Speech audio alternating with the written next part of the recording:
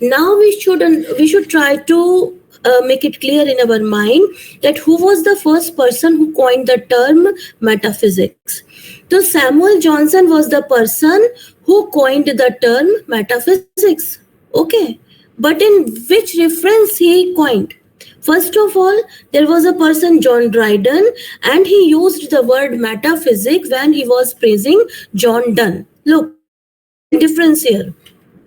Samuel Johnson has been credited for coining the term metaphysic, but the word metaphysic firstly introduced or firstly written by John Dryden when he wrote something or when he praised John Donne in one of his writings about the witticism of John Donne, and he said about John Donne, John Dryden said about John Donne that John Donne affects the metaphysics, and not only in his satires but in his amorous verses. And the sentence is big, a long. It is a very long sentence, but here he first used the word metaphysics. Okay, but initially he was just giving reference. Okay, so John Dryden was giving reference about John Donne, that whatever John Donne has written in his writing, it is beyond our imagination. It is not palpable or tangible or can be touched. But Samuel Johnson was the person who coined the term when he was writing his essay on Abraham Cowley, and the name of the essay was Lives of Most Eminent English Poets. And this essay he wrote between the years 1779 and 81. This question can be asked in your NET exam, that who was the person who coined the term and who was the person who first introduced the term while praising some other poet. Okay, so Johnson, when he was writing his book on Abraham Cowley, he said that appeared a race of writers in 17th century that may be termed the metaphysical poets. Means in the 17th century, some writers wrote on metaphysics, and these writers can be acclaimed as metaphysical poets. So this. Is it clear to all of you? Yes, ma'am. Okay, so now just move. What are the qualities of metaphysics? Yes. So what does it suggest? The word metaphysics, what is the meaning? The meaning, let's discuss this thing. The meaning that metaphysics suggests, it can be an idea, it can be any doctrine, or it can be any postulation that is not accessible for any human sense perception. Means a thing that cannot be understandable, or that cannot be understood normally. Okay, but it can be in form of any idea, it can be in any type of preaching, or it can be any postulate. And it also serves as a style of poetry that is highly witty, full of philosophy, and full of unconventional figurative language. It also narrates something highly abstract, subtle, or abstruse. It means the idea, the doctrine, or the postulation, it is the work or it is the result of highly witty people. It is the result of those philosophies that came inside the minds of very intellectual geniuses. And such type of poetry is also filled with figurative languages also, figurative language also. And figurative language means the uses of metaphors, similes, conceits, and onomatopoeia, and alliteration, and irony, and all such type of figurative language. And what are the other things? The other thing is that it can compare two totally different things. Highly abstract, subtle. Subtle means sukshma, minute, and abstruse means complex. So the metaphysical poetry makes you all acquainted with some highly abstract things, or at the same point with very minute things also, and with some complex things also. And it can come in the form of any idea, it can come in the form of any preaching, or it can come in the form of postulate. The students of mathematics, or we all been the students of mathematics till our 10th or 12th standard, and there were prameय. In Hindi we used to call it prameय. वो हमको prove करना पड़ता था कि तीनों जो triangles होते हैं उनका एड जो होता है इट इज 180 डिग्री या 360 degree. I am not sure about it because it's too so much time. So but such type of postulation, it was not real, it is not real, but it was it came in the minds of some very witty or intellectual persons or people. Okay, and it is not accessible for any human sense perception. Means human sense perception here means it can be the perception can come in very witty minds or in very intellectual minds. Common man could not understand it, but it could be understand only if someone gave emphasis on his writings and convinced the readers that okay, it can be possible. So this type of poetry is the result of metaphysical works. Okay, now let's move forward.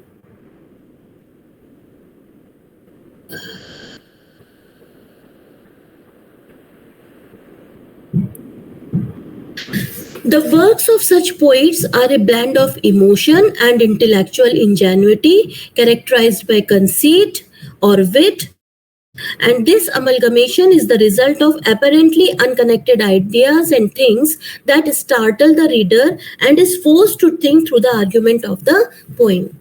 Means the works of such poets are a blend of emotion and intellectual ingenuity.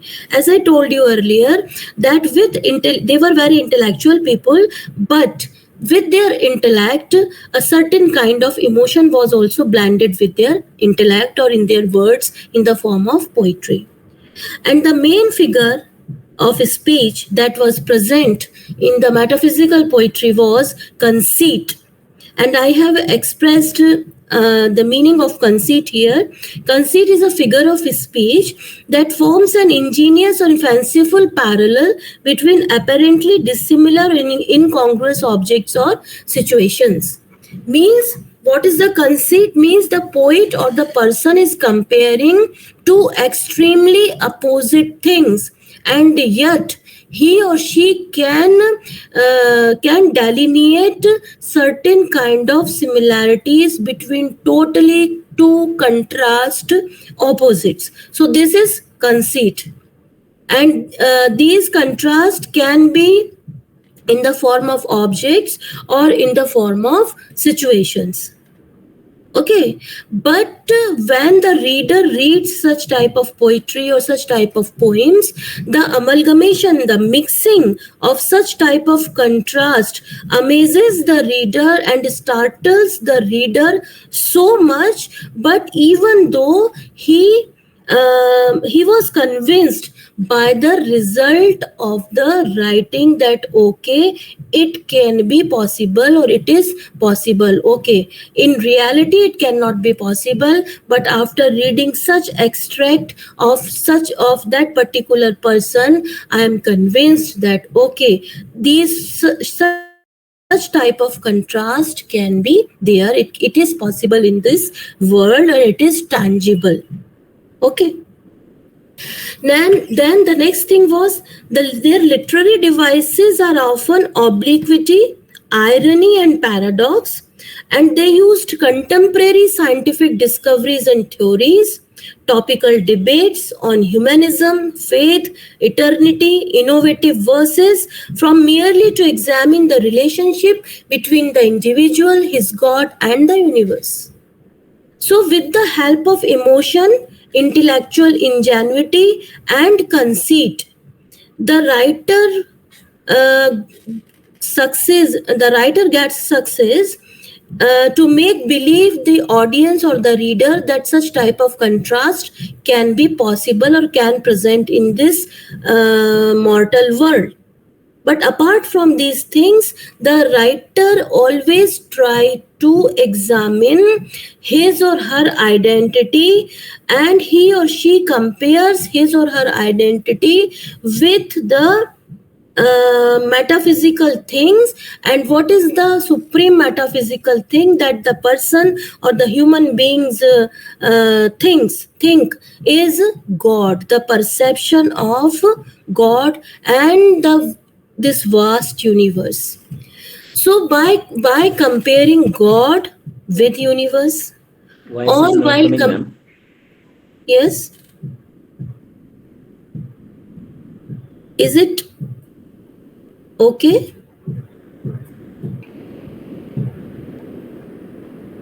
Am I audible? Yes, ma'am, you are audible and it's quite clear. Okay. So, yes, where was I? So, with the help of all such emotion and intellectual ingenuity and and conceit, the people tried to think that what is their relation with God, what is their relation with universe, and how the contemporary scientific discoveries that happened in the 17th century, how so those scientific discoveries had the relation with God or with the universe. So they tried to present these abstract ideas also. Okay, so apart from emotion, they tried to focus on scientific discoveries while maintaining their faith on humanism, while maintaining their belief on eternity. They tried to compare their originality or their existence with the existence of God and universe. So in this way, they made a total contrast comparison and made the readers believe that this can be possible again and again. Now next, come to the next visual. So let's start, let's get acquainted with the first poet. The first poet was John Donne, and this was his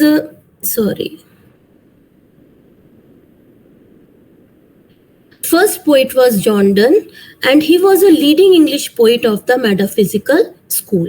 Okay, so we can say that he has been considered as the father of metaphysical poetry. He was also known for his love poetry, religious verses, treatises, and sermons. And his poet is the outcome of the simultaneous changes in England that took place during his lifetime. He broke away from the conventional types and traditions of poetry and introduced fantastic and extravagant exaggeration called conceits. Means Dryden was the person who introduced the figure of speech conceits in the metaphysical poetry, and he was the leading English poet of the metaphysical school. And there is a drama also that he wrote, and the name of the drama is All for No, he was John Dryden. Okay, sorry. A leading English poet, he was of the metaphysical school. And look the example, we can cite the example of conceit in his poem Valediction or Forbidding Morning. Morning. And what was there? He has a depiction of the compass which represents two lovers. Okay, there is a compass. Still we have compass. There is the compass still exists today, and there is one central point in the compass and two needles are there. Okay, so the central point of the compass was considered as the woman in his poem Valediction. Okay, and the woman, and she was at home and she was waiting and she was the center. Okay, but the farther point, but the needle that came from the center and that goes across is represented as her lover across the globe. Okay, so the farther point being her lover sailing away from him. In the compass, the central point is woman or the wife, and the next point of the needle is husband or his fiance or his boyfriend, whatever it is.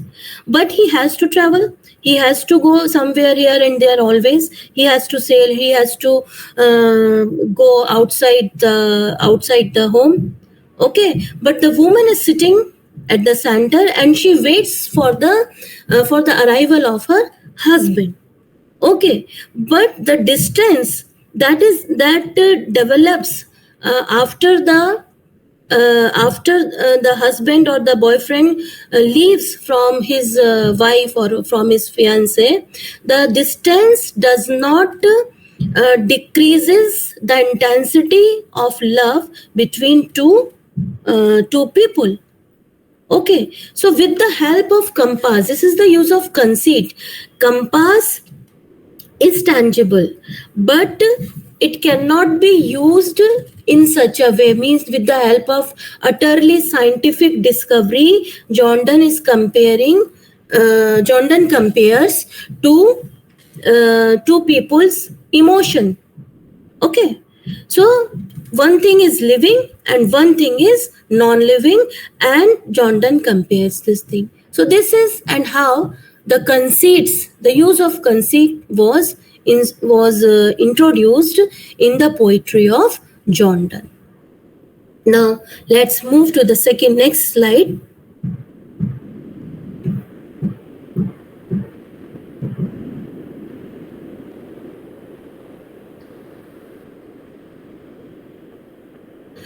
Okay, so who was the next poet or who was the next metaphysical poet?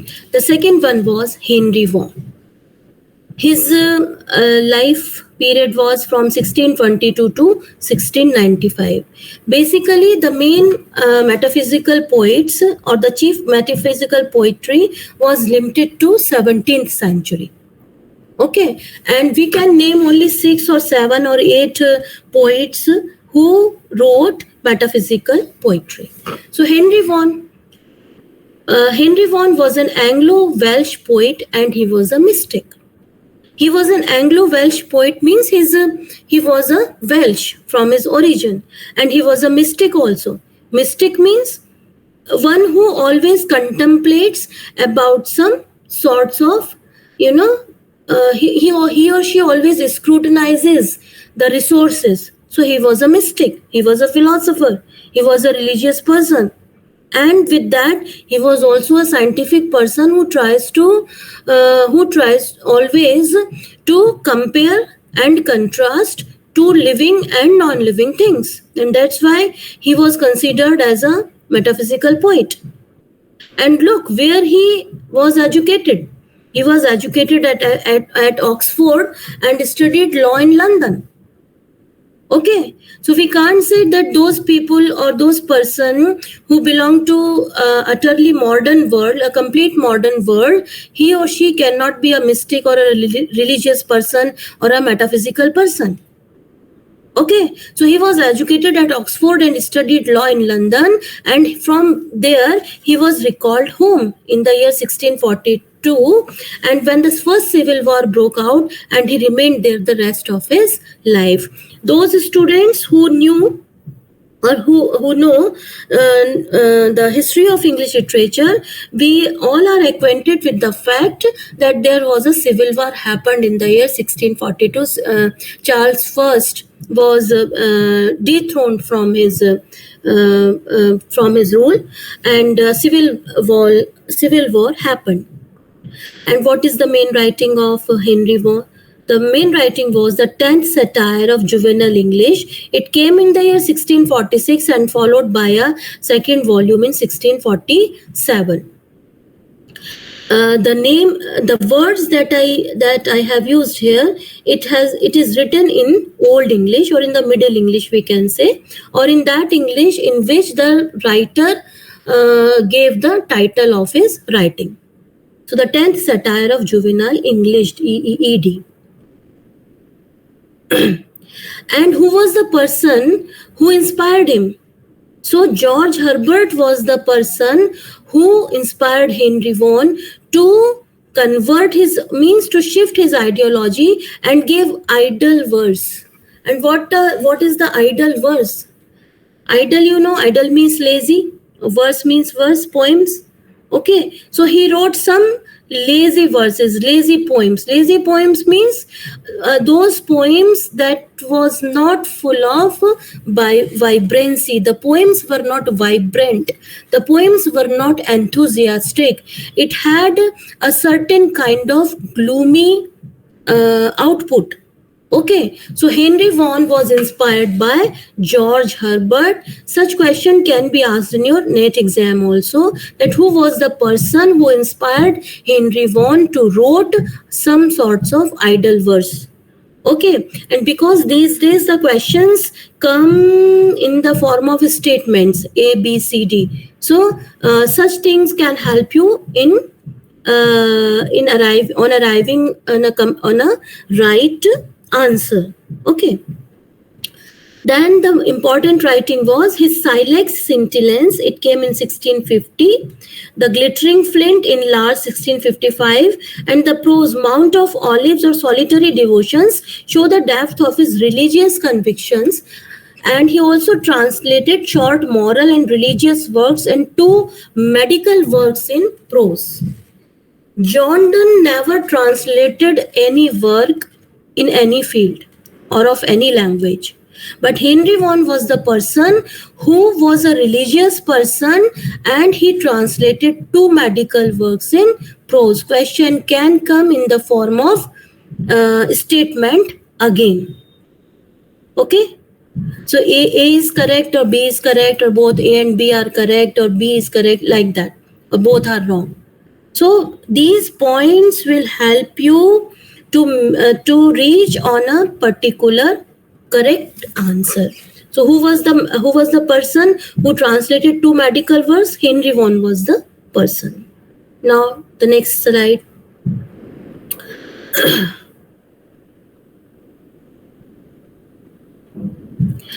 Then he also translated short moral and religious works and 2 medical works in prose. This is a repetition. From the year 1650, he started practicing medicine and continued throughout his life. Means in the Valhalla of metaphysical poets, Henry Vaughan was the person who started practicing medicine, and till his last breath, he continued this practice. Okay, then he was gifted with a spiritual vision that enabled him to write freshly and convincingly. As we studied earlier, that he was a mystic. And a mystic, 99% he or she has got or has entrusted with spirituality. So he was gifted with a spiritual vision, and that spiritual vision helped him to write freshly and convincingly. Means he introduced fresh topics in the metaphysical poetry. And he was influenced by the beauty of nature and has been acknowledged as the inspiration to William Wordsworth to write his nature poetry. Means now who was the person who influenced William Wordsworth? Henry Vaughan was the person who influenced William Wordsworth. Okay. So in the description of Henry Vaughan, we came to know that Henry Vaughan was inspired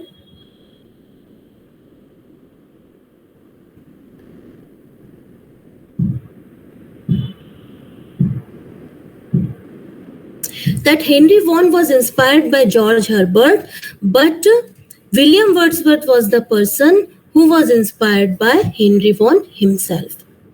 Okay, so remember these points, so you can write it down whatever you want to. Now let's come to the next slide. The next thing, the next person.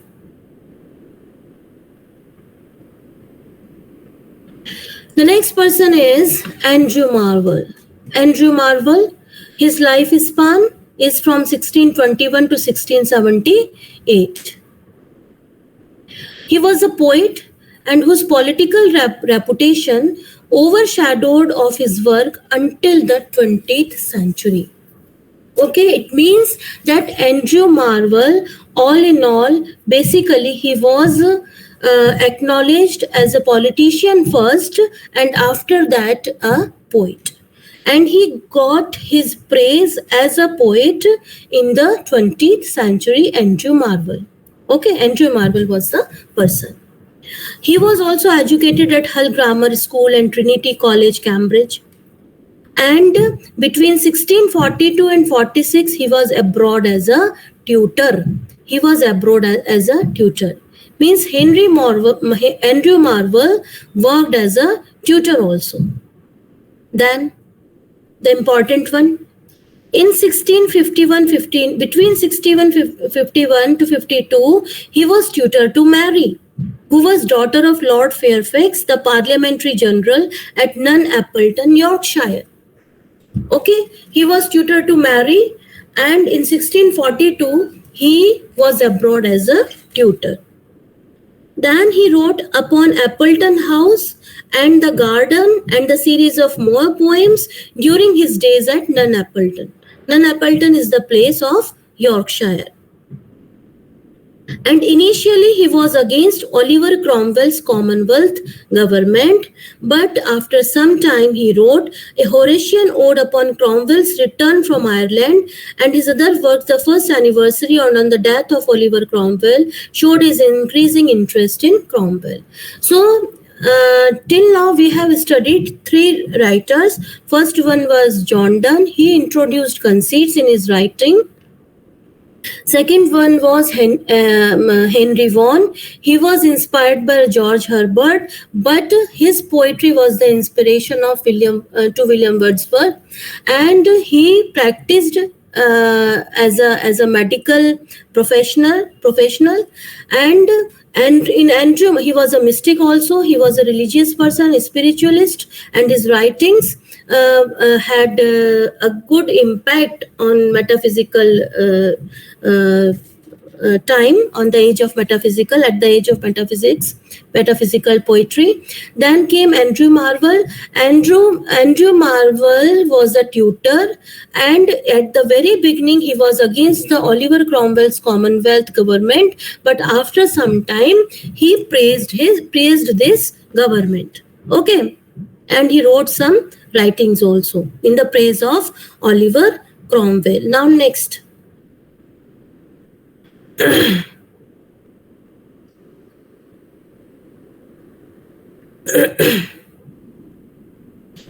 Now these are the other points of Andrew Marvell. What is between 1653 and 1657, he was a tutor to Cromwell's ward William Dutton. All these points are very important for your net exam point of view. And he became assistant to John Milton as Latin secretary in the Foreign Office. Okay. So these are the main thing that can be asked in your exams. Again, in the year 1659, he was elected as a member of Parliament for Hull and held it until his death. See, he was a member of Parliament also. He was tutor to Mary, and he became assistant to John Milton also.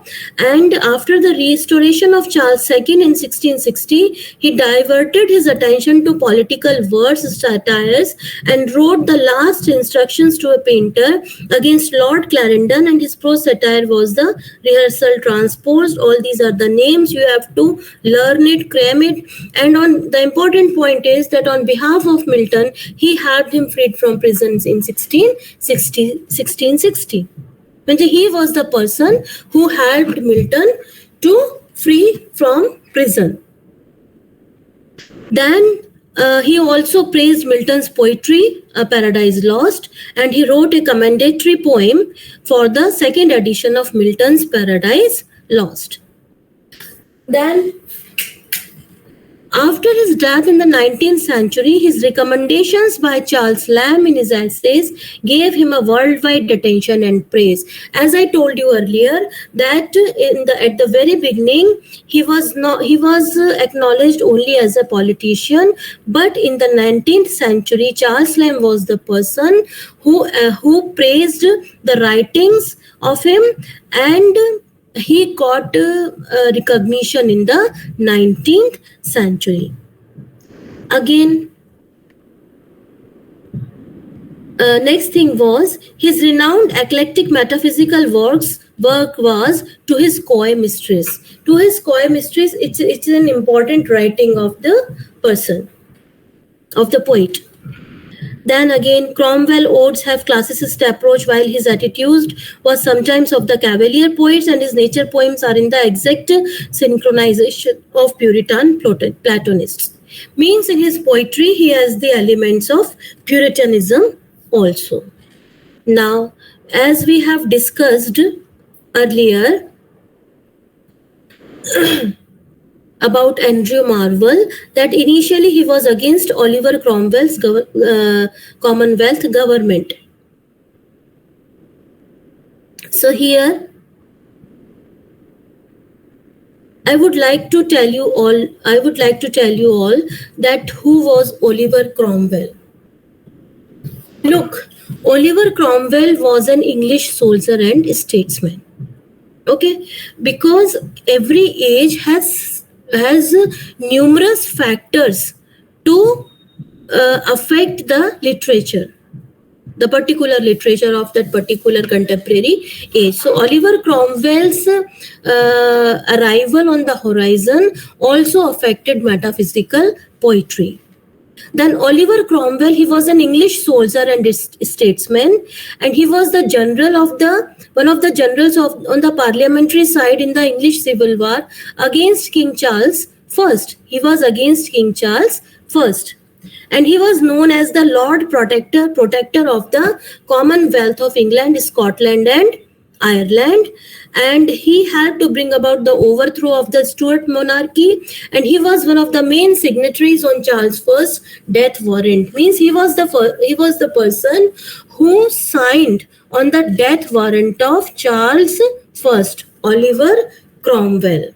Okay, that's why it is important to know about him, and he has been acclaimed as the person whose influence affected the contemporary modern British army, Oliver Cromwell.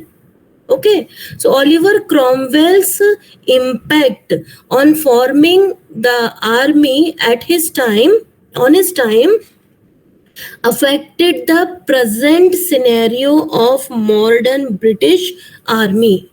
Oliver Cromwell was such type of a genius, and he formed new modeled army, and he led it so effectively. Okay, so that's why I introduced Oliver Cromwell here. Now come back to our original topic, our metaphysical poets. The next slide.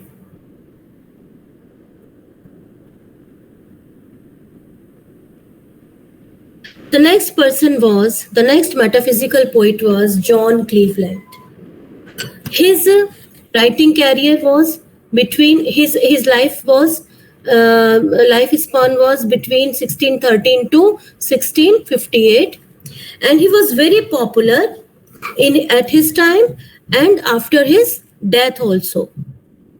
But he was popular. He was generally abused.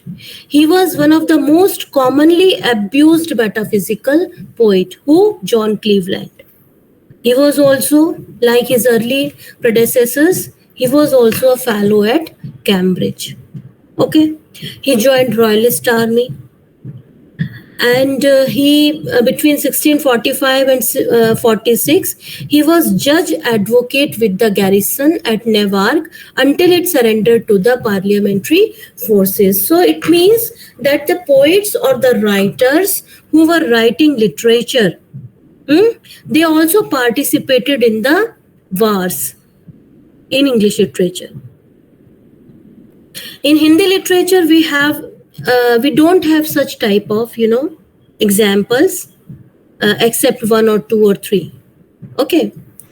Then John Cleveland, after the surrender of Charles I in the hands of Scott, Cleveland excoriated his enemies in a famous satire, The Rebel Scott. He wrote a satire. John Cleveland wrote a satire.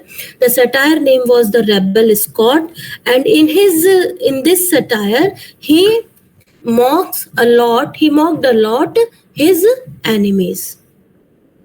Then, firstly, his poems came in the character of a London diurnal, and afterward in some 20 collections in the next quarter century. And this work, the character of a London diurnal, provided him enormous popularity in the mid-17th century. And after that, he introduced conceits and obscurity in his poems. Okay? And because he delineated obscurity and conceit, so John Dryden criticized him a lot, John Cleveland. Okay. His political poems were written in heroic couplets in which he satirized contemporary persons and issues. Look, we have studied 3 writers, but no one has written his poetry in heroic couplet. But John Cleveland was the person who wrote his political poems in heroic couplets, and his political satires influenced his friend Samuel Butler in Hudibras. I think you have listened the name Hudibras that was written by Samuel Butler. So John Cleveland was the resource of writing a satire, Hudibras, that was written by Samuel Butler. So look at means different times, so many people were influenced by these metaphysical poets, and at the same time metaphysical poets were also influenced by their predecessors, by their so many predecessors, various predecessors. Then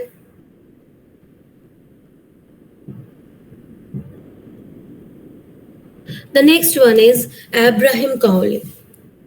His lifespan was between 1618 to 1667. He was a poet, and he was at the same time he was an essayist also. And his poetry is full of fanciful, decorous nature, and he adopted the Pindaric ode to English verse. Okay. Educated at Westminster School and the University of Cambridge, where he became a fellow. In the year 1643, he was ejected by the Parliament during the Civil War and joined the Royal Court at Oxford. Means the Parliament during the Civil War ejected him, okay, from the Parliament, and then he joined the Royal Court of Oxford. Then he went abroad with the Queen's Court in 1645 as a cipher secretary. Cipher means the person who decode the language. Means अपन आज की भाषा में उसको कह सकते हैं the mediator or the person, the translator who translates the language, one language to another. So he went with the Queen's Court in 1645 as a cipher secretary. This is the question of NET. Can be asked. Then, seemingly reconciled to the Commonwealth, he did not receive much reward after Charles II was restored in 1660 because he actively participated earlier before 1660. That's why after 1660 he did not get any proper place at the royal palace. His language was elaborative, poetic, and decorated. In his adolescence, he wrote the verse Poetical Blossoms, in which he imitated the intricate rhyming scheme of Edmund Spenser. And in The Mistress, he exaggerated John Donne's metaphysical wit. All these points are important for these points. These 2 points are very important for your NAT preparation. Okay. So now let's come to the next thing, the next slide.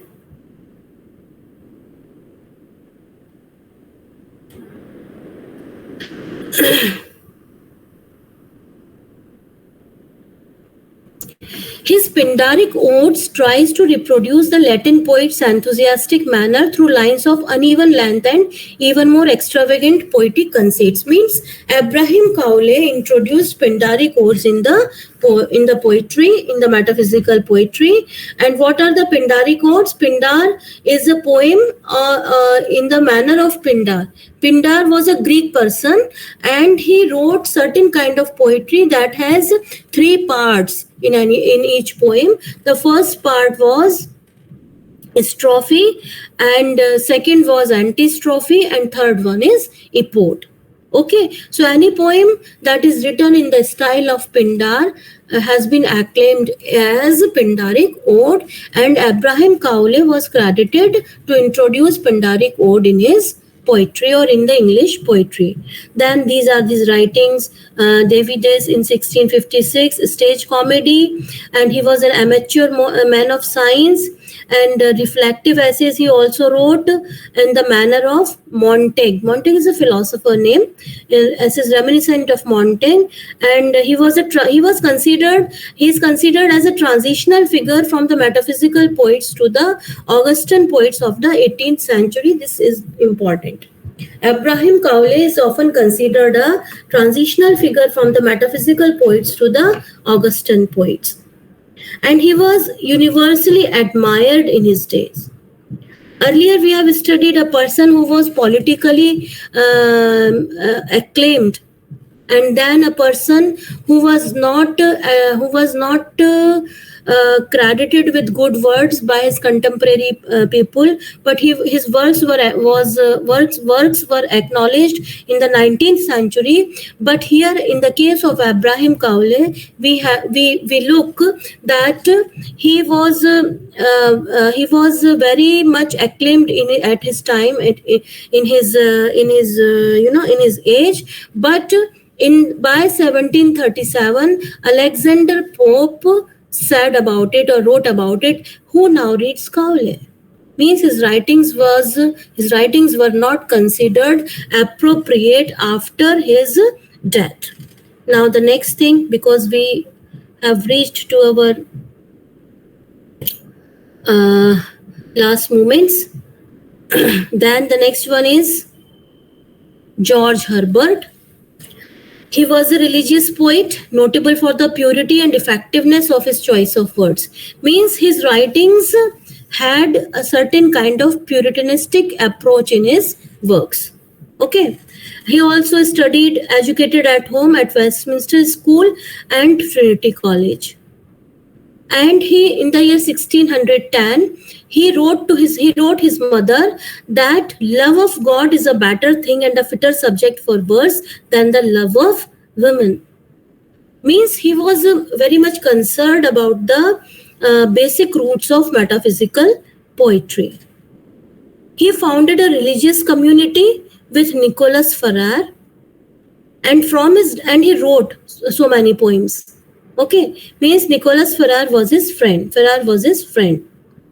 And during his lifetime, his poetries were not published abundantly.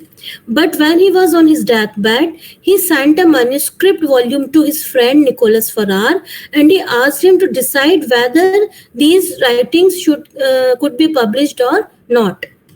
But Ferrar, after his death, published the book The Temple, Sacred Poems and Private Ejaculations in 1633. And what was the opinion of Herbert about his own poems?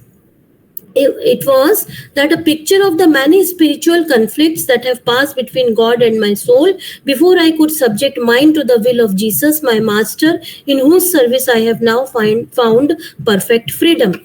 This question can also be asked, means they can give you these sentences and they can ask you Who was the metaphysical poet who wrote such lines or who had the view for his own poetry?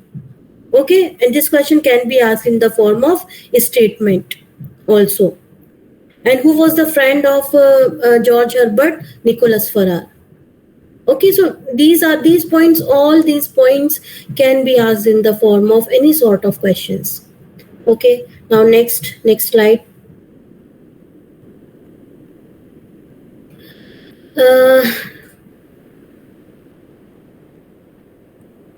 Herbert shares his conflicts with John Donne and his works resemble John Donne. Look, this is in itself is a paradox. Means his works resembles John Donne, but even though he had some conflict with John Donne. All these are the names of his poems: Temple, Church Poor, Church Militant. All these poems are doctrinal. And who praised Herbert? S.T. Coleridge. S.T. Coleridge wrote about his diction that nothing can be more pure, manly, and unaffected. This question can be asked. Who was the person who praised the poetry of George Herbert? And in which words? So these words can be asked. Nothing can be more pure, manly, and unaffected. Then the other writing is A Priest to the Temple or The Country Parson, or these are the writings. So now next slide.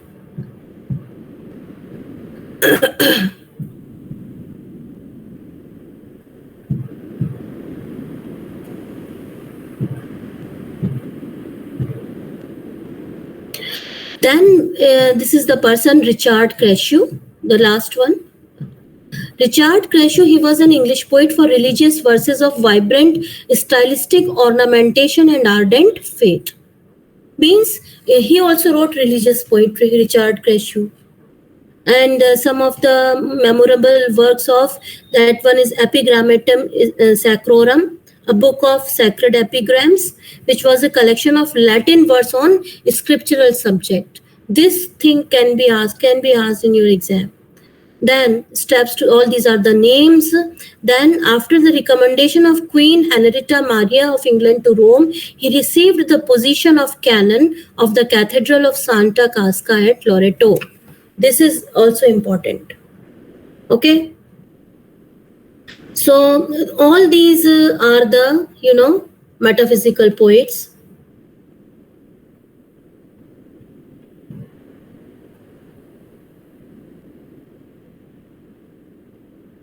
So with this example, I also want to conclude my today's lecture. The poem is For Whom the Bell Tolls. It is written by John Donne. It's a long poem, but John Donne says no man is an island entire of itself. Each is a piece of the continent, a part of the man. It means that he compares here a man with the island. Means there is a conceit here. Okay. So such type of conceit, such type of figurative language, such type of works can be considered as the metaphysical works. Then the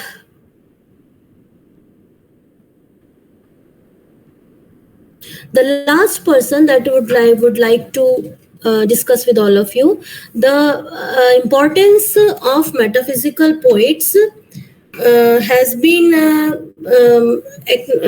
acknowledged only in the 17th century. But in the 19th century, there was a person, an American English poet, T.S. Eliot. Everybody knows about it. That he, in his essay, he was in big favor of metaphysical poets. And in his essay, The Metaphysical Poets, Eliot argued that metaphysical poets were great and mature poets who blended thoughts and feelings in their work, and it helped him to form the theory of dissociation of sensibility. And he also believed that Johnson's criticism of metaphysical poets needed to be mastered and assimilated. So this is this.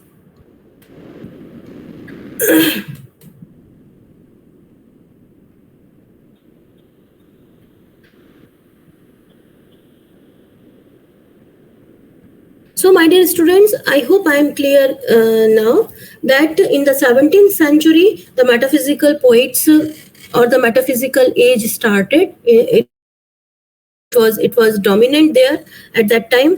And John Donne, Richard Crashew, Andrew Marvell, Henry Vaughan, all such type of poets who put attention on metaphysical poetry. Abraham Cowley, Samuel Johnson was the person who coined the term metaphysical, and the works of metaphysical poets was not appreciated for a long time. But in the 19th century, T.S. Eliot was the person who praised the works of metaphysical poets, and he also criticized Samuel Johnson's view about metaphysical poetry. In today's lecture, I tried to give you some point-wise details about metaphysical poets, their lifestyle, their main poems, and their inspirations, and their profession, and all. I hope it is clear to every one of you. Thank you so much.